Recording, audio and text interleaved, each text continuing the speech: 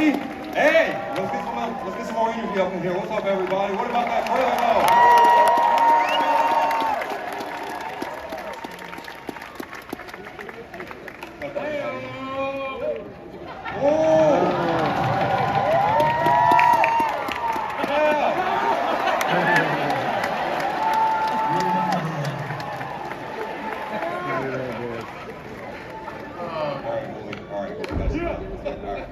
What's up, everybody? Welcome. Just had to get that out of the way. Yeah. Spider-Man 2 panel. I know what you're here to see. Excitement. How y'all doing? Hey! What's up? Alright guys, well welcome to the Spider-Man 2 panel. We are so excited to be here. My name is Dorian Parks. I am the owner and founder of an organization called Geeks of Color. We love promoting diversity and nothing on me though. Like I've been coming here for about the past 2 years or so, waiting in the hallways line, so it feels pretty surreal to be right here right now, man. Like I love Spider-Man, love Miles, so these characters have been so close to my heart, so just can't wait to just talk more about Spider-Man. So that being said, enough about me, let's jump into this amazing panel that we have here. First we have Senior Creative Director, Brian Nahar. Senior Art Director, Cinda Chu. Senior Narrative Director, John Paquette. Senior Game Director, Ryan Smith. VP and Creative Director of Marvel Games, or Creative Director of Marvel Games, yes, Bill Rose, man. You know any of them already, Yuri Lowenthal, aka Peter Parker. Before the camera moves on, I just want to say something real quick. I know you guys have been hearing about the strike. We are here this weekend, but we stand with in solidarity with our brothers and sisters and everybody in the WJ and SAG. We are here because we are able to be here because we're under a different contract for games, but that might not last forever. So. If you want to learn more about the strike and everything's going on, the fight's going on, this is not the place. We're here to talk about Spider-Man, but there's a great panel on Saturday morning at 10:30. All your questions will be answered, or you could go to navavoices.org. Just wanted to let you know we're happy to be here, but we do support everything that's going on. Thank you. Next we have Najee Jeter, aka Miles Morales.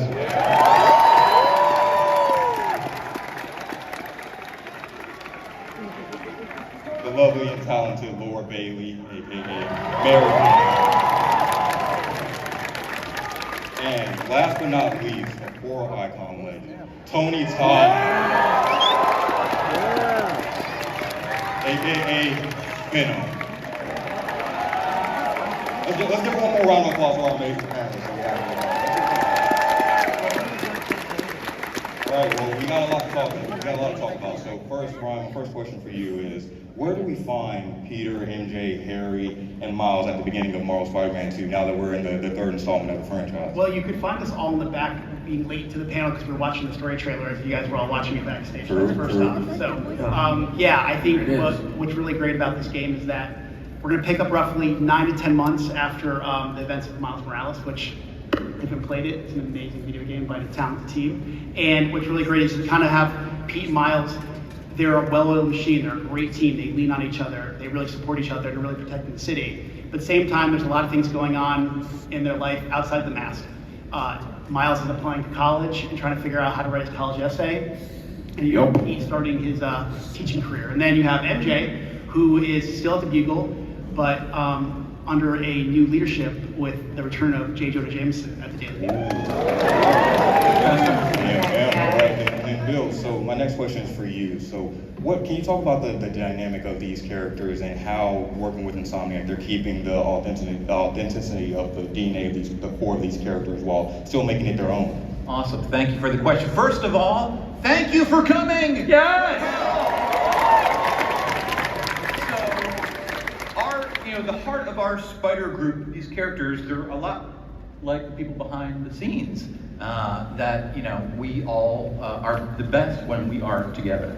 And when it comes to being authentic, what's so fun is that sometimes you get on this side of the desk, right? but then you realize everyone here, we're all fans too, right? Yep. So everyone knows and loves these characters, and so it all comes from the heart. It all comes from, we're looking at the comics, we're looking at everything, we're looking at where our game is, where it has come before and where it's going. So this whole team, it all comes from love, and then the characters, of course, are interacting in different ways. As Brian said, they're all at a point where they got to make big decisions.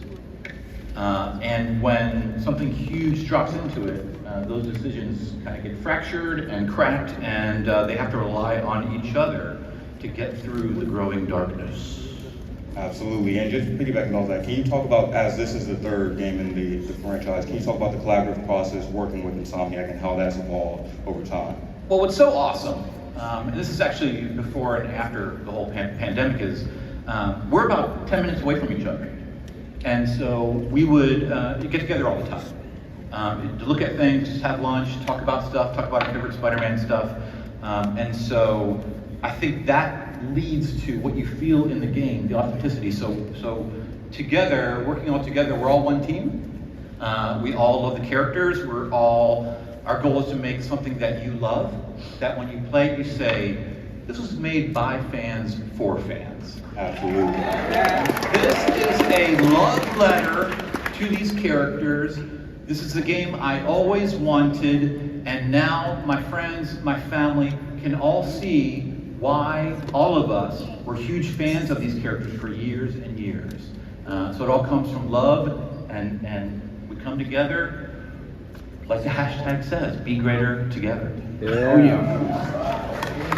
And John, my next question is for you. With the new villains that we've seen in this game, confirmed villains with Kraven, Venom, and Lizard, can you talk narratively why you felt those choices for those villains were important?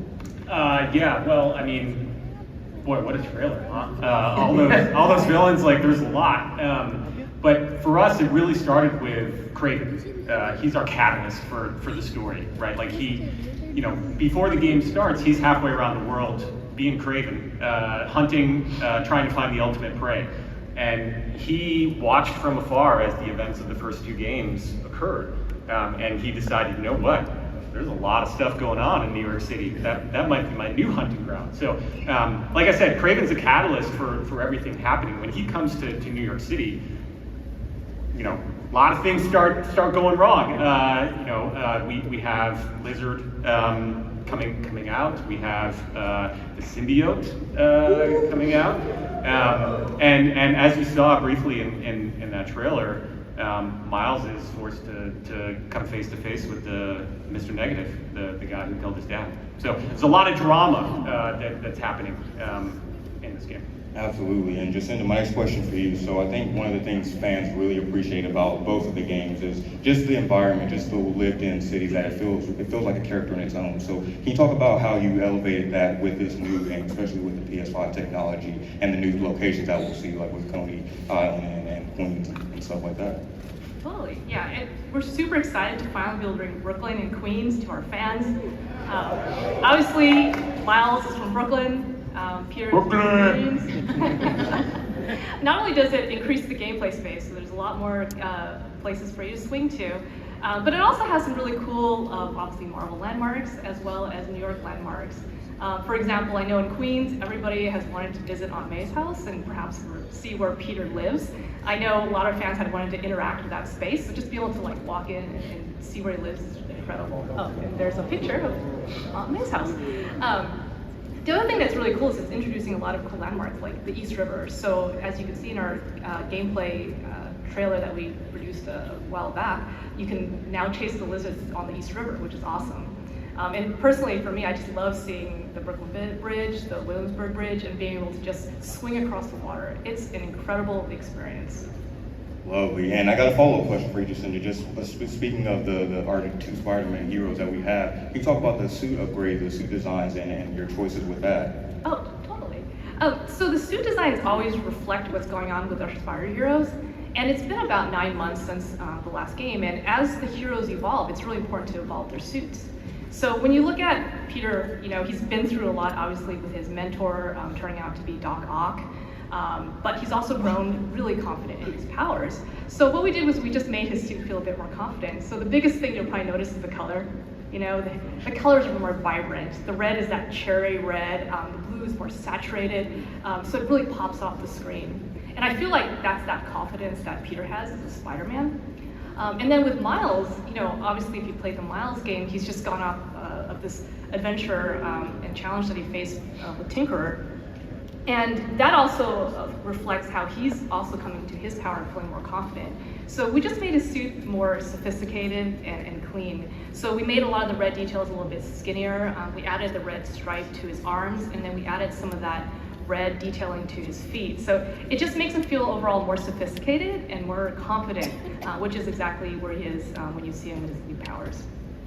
Love to hear it. And Ryan, my next question for you, just following up with the new locations, can you talk about how the new traversal techniques that we are implementing in this game affected your approach to this and how you elevated it? Sure. I mean, one of the interesting things with Brooklyn and Queens is you're not always surrounded by skyscrapers anymore. And so we thought, what's a really great opportunity, something we've seen on comic book covers, we've seen it in movies, we can add the web wings. And that's really changed how we look at traversal. Swinging is always our Spider-Man core, that's where we come from, but what we did is design the web wings so that we could integrate them and weave them in with swinging. You gain height and you build speed between swinging and the web wings, and you go back and forth and really kind of weave your way through the city. It's really fun. In Brooklyn and Queens, there are some lower spaces, there are some new spaces, but you have to get between that and the other boroughs by crossing the river. So that's another opportunity where we could really, we've added these things called jet streams or wind tunnels. You really build speed there, and they just shoot you right along when you're on the web wings. It's really fun, and you know, it's one of the chances for us to really push the power of the PS5 there and like hit a level of speed that we hadn't had in the previous game. It's really added a new dimension to what we can do with traversal. And just speaking about pushing the power of the PS5, can you talk a little bit more about the game mechanics with this, especially with the symbiote, and how the techniques and combos are evolving? Yeah, sure. For us, when we looked at it and what are we going to do with the symbiote in gameplay, it's really about power and transformation. And we saw that, I think, in the gameplay trailer we did a few weeks ago. When Peter does his special symbiote moves, there's a really big shift to what he does. And sometimes he applies power to just one single enemy, sticks into the wall or something like that. Sometimes he really changes shape to travel across space and launch people in the air. So I think it's about that power and transformation that we can get from the symbiote, and then we can bring it to life with the PS5. And just speaking about symbiote, Ryan, I'm coming back to you. Can you talk about how the symbiote evolves and is an important part of the narrative and the overall story of this game? Yeah, I mean, it drives a lot. I mean, Bill was talking about how we worked so close together. I remember being in that office when we were talking about what our kind of post-game scenes were going to be. We knew right away, well, we're going to have Miles but getting the spider powers, but we talked about, well, what do we want to do in the second one, Spider-Man 2? And we said, well, what about the symbiote?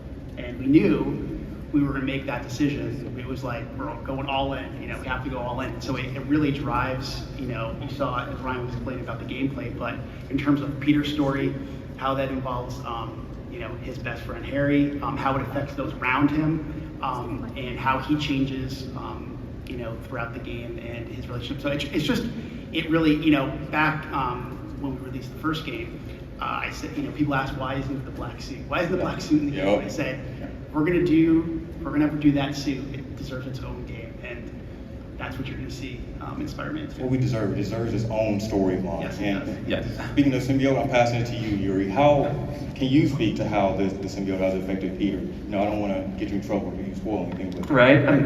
The cool thing is I can say anything I want on this panel and then just blame it on the symbiote later. I don't know what the big deal is. I think the symbiote makes Peter a better Spider-Man. Come on, guys. Don't you think this is? Yeah, I mean, he is definitely taken with that power, and very little responsibility actually, as it goes. But it's a back and forth for him. It's a lot of power for him to deal with, and on one hand, it's great, and on the other hand, it's hard because people get hurt. Yeah, can you speak to how it affects the people in his life, the relationships in his life, like with Miles and MJ? Yeah, well, when something becomes more important to you than the people in your life, relationships break. They falter, and if the strength of that thing is so powerful that you don't just yell at somebody and they're like, oh, I'm sorry, I was having a bad day, then it takes a lot more to come back. So it gets complicated for Pete and the people around him. Oh yeah. Well, we can't wait to see how it affects him throughout the game. So my next question for you though, not Miles, Najee, aka He's Miles. Let's be honest. Miles. Come on, Miles. What's going on? So we see Mr. Negative in this trailer. So can you just briefly talk a little bit about how he's still coping with the effects of his game and dealing with the loss of his father? Man, well, y'all seen Miles' trajectory, and just with everything that he's been through with his family and his friends, and just getting into this new world that he's, being introduced to. But he's now owning this power. But coming back to Martin Lee, man, that was something big. I didn't think that we would revisit that because we had a lot of emotions on set. Yeah, man, I was raised by a single mom, so I don't have my dad in my life, so that was a kind of a boom right there. So we kept it right there, but we delivered some great things for y'all. And you kind of touched on it, but can you elaborate a little bit more on how Miles is really coming into his own, especially after his game? Like he's no longer looking at Peter as his apprentice, but more of an equal now with his powers and his abilities. Yes, this is still Big Bro. This is still Big Bro, all right? Show me the ropes.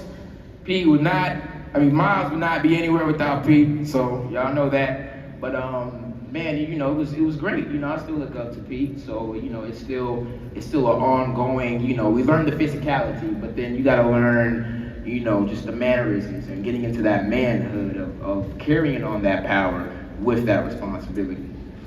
Love to hear it. And my last question, because we touched on it as well, but his powers and his abilities, how is he really, we see them evolving, and we see he has a couple new abilities, so how is he really coming into his own with his abilities?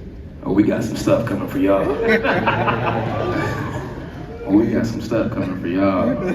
Y'all get ready. October 20th. You're gonna be surprised, you're gonna be shocked, you're gonna be on your feet, you're gonna be screaming, crying, you're gonna be laughing.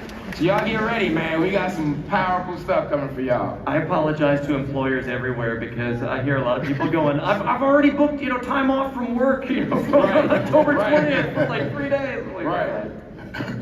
Well, man, we love to hear that. So I'm passing it to you, Miss Lovely Laura, baby. We have MJ in the house. So can you talk about what are her ambitions in this game and how her storyline has evolved from when we last saw her?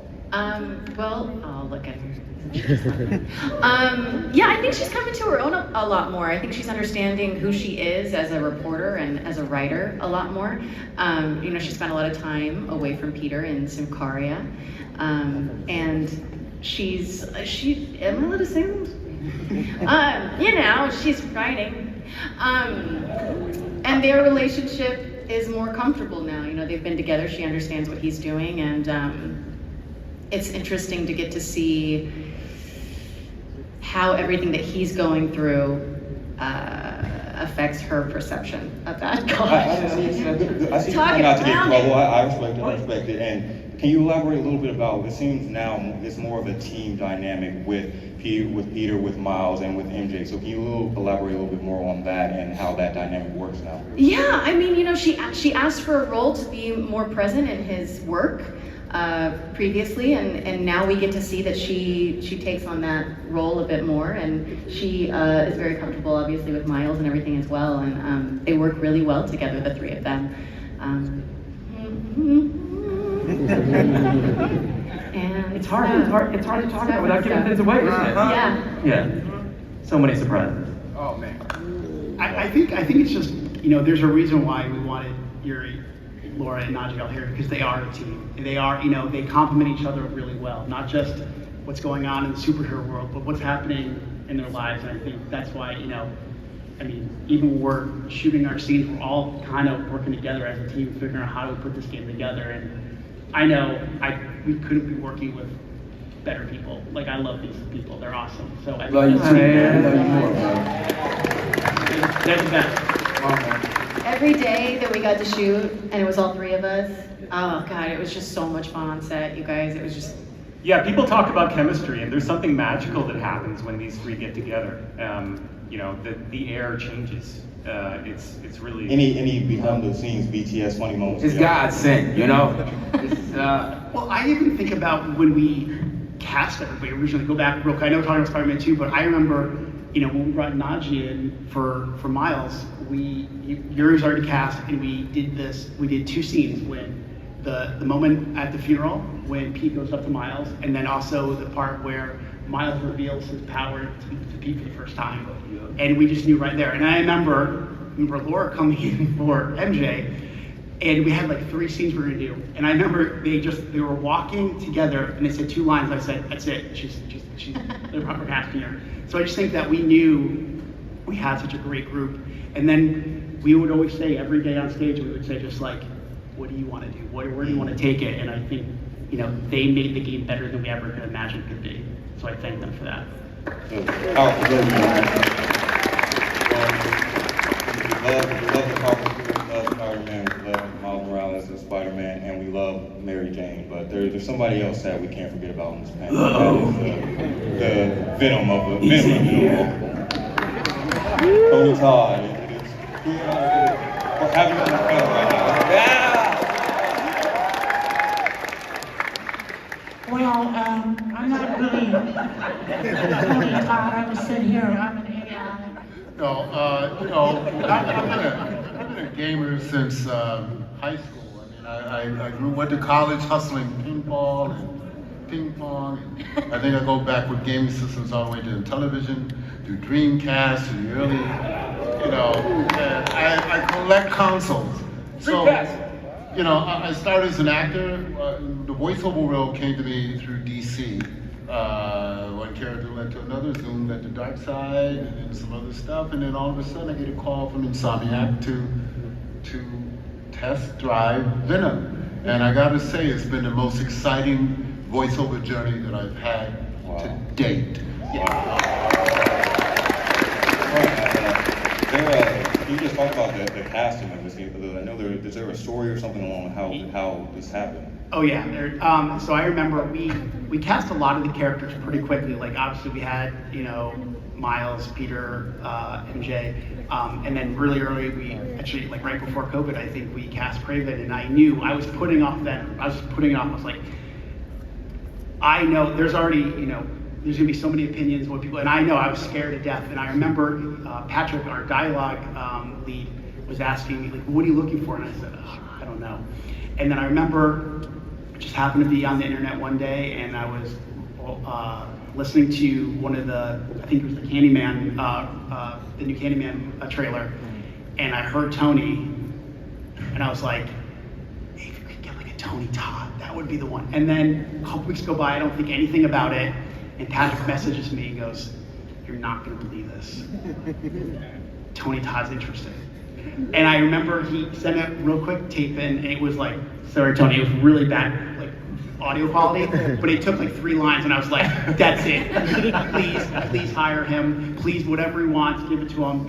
And I think you all know, based on what you heard, he's incredible. You brought it to a mocap session, a PCAP session, and you're like, listen to this. yeah, we get on stage, everyone's whispering to us, Tony's here, Tony's here. We were freaking out. We have a wonderful, there's 4 of us here from Insomniac, but we have so many Insomniacs who are putting so much work in this game. And I just want to say, if they're somehow listening, thank you for all the work that you guys are putting into it right now. It's incredible. The work they're doing. It's just, I call Insomniac my second family, because we just put so much into this. And you can imagine when you're in your family, everybody has opinions, right? Yep. And I think it's probably the only decision I've ever made, being a creative director in 10 years, where I just said, Tony Todd's gonna be Venom, and everybody said yes. So, it's just, it's been, going to those VO sessions and just listening to Tony. Even when we did the trailer, when he said, yes, we will, I was like, God, it's been awesome. Yeah. Thank As soon you. as I heard Tony got cast, I was like, oh, sign me up. Like, that's money. And ever since then, now we're here and Tony's here. It's incredible. And so my next question, though, for you, John, is can you just talk a little bit about Venom's motivations and his personality in this, and why is he so important to the narrative of this game? Well, yeah, I mean, Venom is a symbiote, right? And I think the thing that a lot of symbiote stories have in common, and the reason why I think we connect with them really well, is that it's a simple human story. We all have a darkness inside of us, right? And even you, for front row, I know you know. Even Laura Bailey has darkness. Oh, man. Like, what? You're in traffic and you're in the dark. You don't use your blinker. Oh my God. Oh, well. Yeah. Anyway, so we kind of started with that, and when you have somebody like Yuri or Peter Parker, who has such a great heart, and then you put the symbiote on top of that, it really brings out the dark parts of what Spider-Man is about, power and responsibility. You heard Yuri talk about it a couple minutes ago. And what happens in the story is that sense of responsibility starts to go away, right? Like we've built up this spider team that works well together, but Peter Parker at some point in the story starts to think he can do it all himself. He's got this power, right? He doesn't need his team. There's all this stuff to do in the city, you know, and he starts to push people away. And that's when, you know, Miles and MJ, you heard it in the trailer, you know, there's something wrong with Pete, right? And so, you know, it's really interesting when you bring the symbiote into, you know, these relationships, how it really challenges them, not just externally, because there's cool powers. You know, Ryan was talking about having that control in your hand. Oh my God, it's amazing. But the people you love around you, yeah. Yeah, and with the iconic look, Jacinda, can you just talk about how your approach was to just making it feel like it's its own, but still having that Venom essence? You know, like he's swole, he's got the tech with him. Venom's swole. Y'all ready for that? Venom, he's swole. So can you just talk about your approach here with this? Sure. So as John was saying, the symbiote is normally an allegory for the darkness within. So when you're thinking about a character like Venom, you have to think about everything that Venom is that Spider-Man isn't. So where are the differences? So if you look at the Venom design, obviously he's black and white. He doesn't have all the color of Spider-Man. He's got his white spider, but it's his very own unique white spider. He's got the claws. He's got the big body that's much bigger than Spider-Man, and then he's got a mouthful of teeth. And this is a funny distinction if you think about Spider-Man, because the only way Spider-Man can express himself is through his eyes, his quips, and his actions. But Venom actually has a mouth. So that introduces a whole new thing to this design. And one of the first things I asked Ryan when we started on this game was I asked him, does Venom actually talk? Because if Venom talks, does he have lips? I keep awake at night thinking about these things. And then, does he smile? How much is he talking? Does he use his mouth for attacks? So we had to really think about things like that. And not only that, but then because he's made out of this symbiote material, what exactly is it? And there's a fine line between making Venom into a slime monster or making him into a tentacle monster. Right? And the mouth had a lot to do with it as well. So in some ways, we actually got rid of some of the human anatomy and got rid of the jaw hinge when he opens his mouth because we want to make him look semi-liquid. And you'll see this also when the symbiote doesn't have a host, because we had to make sure that the symbiote wasn't really drippy. So we made a rule that he doesn't drip, right? The symbiote doesn't drip, because if he was, he'd be slime. But if you strike the symbiote hard enough and you inflict enough damage, then yes, you will see impact. So that's kind of how we thread the needle between making him look liquidy or semi-liquid. And then the last thing that's interesting is, Dorian talked about how swole he is. That actually was a really fine needle to thread as well, because we know he's buff, but how buff is too buff, right? Because we need to make sure he's really big, powerful, intimidating, but at the same time, he's also very nimble as well. He's fast. So we did a bunch of sketches where we had a wide range of body types where, sometimes he's huge and sometimes he's really skinny. And then what made the most sense in terms of his moveset, there you see, they pulled the concept. Yeah, so we were just like going really wide, going really skinny, and somewhere in the middle is what we picked, and this is what you see in our statue in the game as well. So, but definitely a lot of like what he does and what he represents informs his character design. And you know what's so awesome about working with everyone here? Not only is everyone so thoughtful and puts in the hours and scrutinizing and really thinking, who are these characters, what do they represent? What I also love about the whole team is they're very respectful of the core ingredients and paying attention to where did the characters come from and looking at the source material. But at the same time, everyone really has embraced the idea of, but let's take some chances. Let's do what the story dictates. Let's do what the gameplay, what feels right for the gameplay. So what will be the awesome wish fulfillment for the players. So it's that idea of completely authentic, but let's take some chances. Let's try some things new. So when you play the game, you're like, wow, I know these characters, but I've never experienced them like this. And then that leads to surprises. You don't know where the story is going. You don't know what's going to happen. And so I just love it. I just love it. The respect, but then the bravery to try new things and make the story, the characters, and the game their own. Absolutely. I think you guys have nailed the park on that with these first two games, and I expect greatness from this one as well. We got to be great together. That's what the line is. So, I had to check in on Yuri a couple of times on stage, y'all. So he really goes into it. So y'all gonna be in for a treat. I had to stop like, Yuri, come on, you good? You right? You okay? Bring it back, Yuri. Bring it All back. right. Yeah, man. And just speaking about the approach and the design of it, Tony, I'm coming back to you. Can you talk about your approach to bringing the voice of it to life and how you approached it? Well, I had a lot of help in the booth. Shout out to Chris, who vocally directed us all, but she really made me dig deep.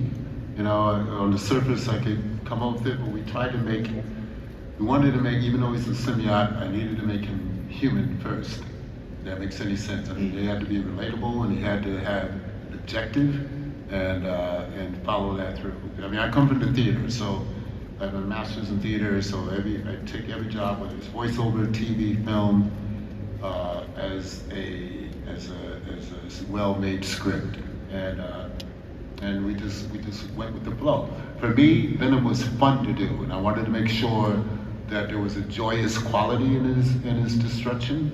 He's only here on Earth for a little bit, and he's going to move on somewhere else.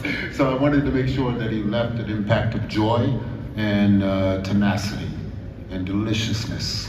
I'm glad it was fun for you because it scared the hell out of us. Yeah, it'd be funny when we were in the recording booth because we would record separately when we were doing gameplay dialogue, and every once in a while, Tony, you would come and play in our headphones before a line, and it was like, oh god. You wouldn't expect it, and it was terrifying. And Tony, coming back to you again, I'm trying to break the mics and stuff. Coming back to you though, can you just briefly talk about Laura kind of touched on this, the collaborative process with the other cast members and really finding your voice within this game? Well, just like Laura said that my voice is in their ear, their voice was in my ear every time I recorded. And I had a lot of recording sessions. So we did like, I think the sessions were 4 hours at a time. I won't tell you how many there were, but I live in another part of LA and I had to drive all the way to Burbank to lay it down. But it was never a moment, oh God, oh man, it was like, oh God, I'm so excited to be able to craft this character and to be a part of the whole Spider-Man family and the Insomniac team and PlayStation. I am overjoyed. Sometimes I talk too much, but I've learned I was working on another game, and anyway, we're here now, and I can't wait to see the joy and excitement of everybody and this team and this fantastic franchise.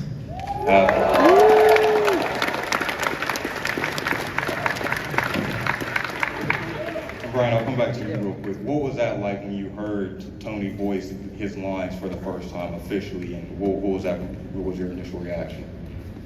Well, first relief, because I was like, okay, we made the right choice for sure. And I think then just general excitement. And I think Tony is so talented that, you know, sometimes depending on, you know, we have so many different characters or so many different actors, you know, sometimes we're, you know, depending on what the role calls for, are we gonna, you know, adjust the way that they do the line, and you just let Tony be Tony and you get magic. And it's just, I mean, and he mentioned Chris Zimmerman, our voice director, who has been with us since day one on the Spider-Man franchise, and she just does an amazing job helping, Shout out to Chris Zimmerman, yeah. She does a great job of not just directing our actors, but also like really just diving into the material and wanting to know what the motivation is for the character, where we are in the game, like really understanding. I think that just, you know, in her working with Tony, as Tony mentioned, has just brought out the best. And, you know, to me, is going to be, you know, a really signature performance of Venom that you've seen.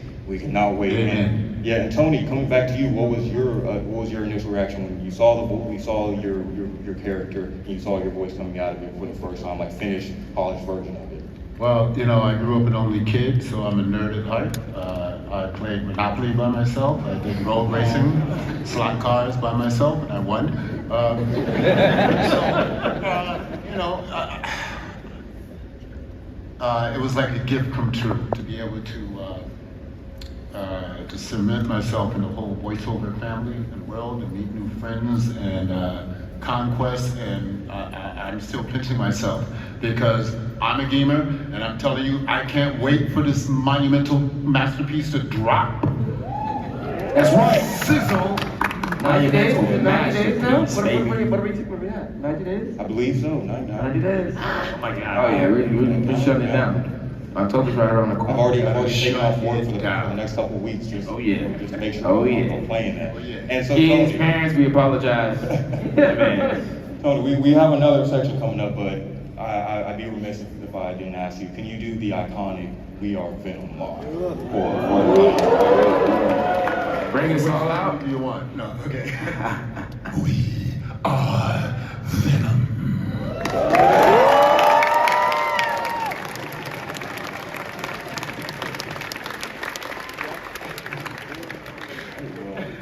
We got some special surprises coming up for you guys. I think the next thing we want to talk about is the collector's edition statue that we have here on this table right here. So Brian, I don't know. I already told him I'm taking it home, so you cannot have it. But Brian, You're gonna have to fight me for it. It's a list. Coming to you first. Can you just talk about what this showcases and how it, you know, gives a little hint to the game? So. I think it really represents what this game is about. I've said in previous interviews, I've talked about, it's called Spider-Man 2 for a reason, because we have two iconic characters in this great piece of art, but also it's going to take two Spider-Men to take on something so powerful, something that they've never been able, nothing come their way. I mean, if you look at, whether it's Doc Ock in the first game and then Tinker and Miles Morales, like Venom is literally a whole different beast. And I think that, it kind of represents what this game is about, and just the hopefully the epicness, that we're gonna hopefully, we want to deliver. And I look at this and I'm really, really proud, just like I am about the game that we're making. So yeah, that is really beautiful, guys. Like I can see you, like I'm like 2 feet away from it. I'm taking this home after this. Security's gonna try to stop me. It's all good. But Jacinda, I'm coming to you though. Can you just talk about the design of this and your approach to that? Right. We've talked about this again and again, but a lot of this game is really about the characters fighting darkness, right? Darkness perhaps within, darkness without.